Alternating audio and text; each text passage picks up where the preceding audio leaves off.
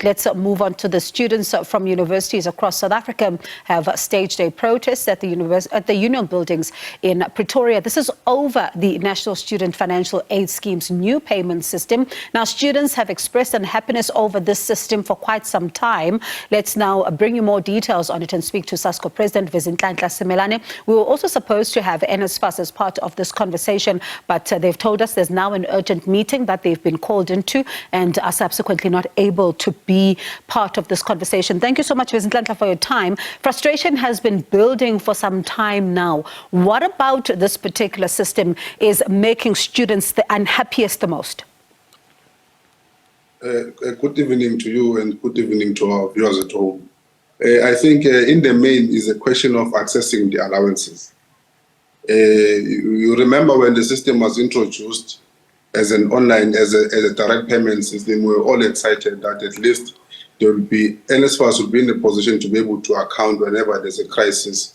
Because in the past, it used to be universities who deal with payment and all of those things. You remember the question of, for test student, that was at an issue of 14 million, all of those things.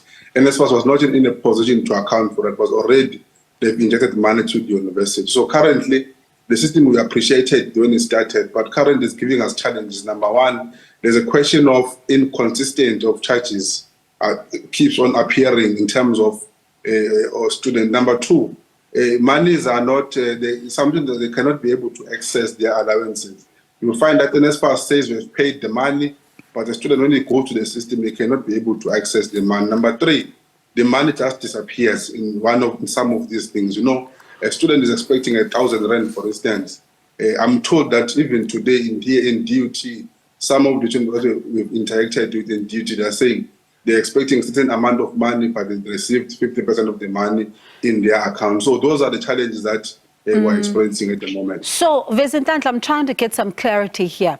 There's two issues. One, it's the issue of, you know, them getting lesser money than they would have expected. Is this because lesser money was deposited, or is it all going to these charges that you're talking about? You know, there is no one who can come and say what is the problem, because the service providers that deals with this thing, for instance, when you go to DUT Durban, there is SASCO that is the one that is dealing with this thing. When a student says something like the money is not enough on their account, when they question SASCO, they are saying they did pay the full amount, you know. So there is no one who comes on board and say the money disappeared because of 1, 2, 3, and 4. The charges cannot, an allowance of 1.6 per month, when you receive 800 rand, for instance, there are no charges that can be amount to 800 rand, you know. So the money just disappears, and there is no accountability in terms of where the money went. Because even NSFAS on their own, they are saying we did pay a student through, of course, through the service provider that is directed to assist in that particular institution, but the money just disappears. I'm told some of these students are even receiving 300 rand. So you can imagine what can you do with the 300 rand while you're expecting 1.6 per month. So yesterday, of course, that particular protest then being staged, did you get any answers, or what happens now? Are you waiting for responses from NSFAS as well as the Higher Education Department?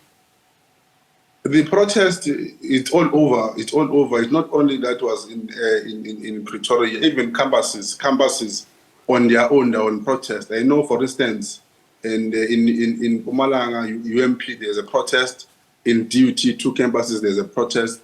The protests are all over, and we're still waiting for a Department of Higher Education and NSFAS to give us a feedback in terms of what they think that must happen. At some point, with a conversation with NSFAS, trying to help them, how can they intervene? For instance, we've said, I think in 3 weeks ago, a month ago, we've said they need to deploy all of these people who are responsible for this new system on the ground, because sometimes you find that students, they're saying money they've been paid to their account, but they cannot be able to access the system itself, or they don't understand the system. So we have said, can you deploy these people on the ground so that a fellow student cannot be assisted by a stranger in terms of trying to access the system? There must be officials on the ground who are there to say, this is how you log in. If there's a problem, this is how you log in. If there's a money disappearing, they can be there to be able to explain on the ground. But now, and what did they say? What did they say? What did they, pardon me for coming in there, what did they say when you requested that? There was a deployment of these people, but at this point in time, we don't know where they are.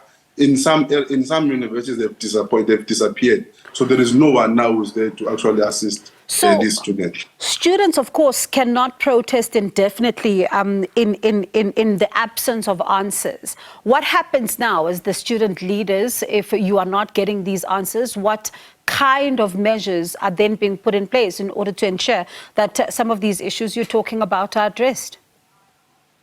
We do hope that, because there's a pressure that is on the ground, because even ourselves have said our comrades must continue to mobilize on campuses. So putting the pressure, I think there will be some kind of an intervention from maybe the side of the department and NSFAS, and while also trying to be in contact with them and ensuring that what becomes the best solution in this regard.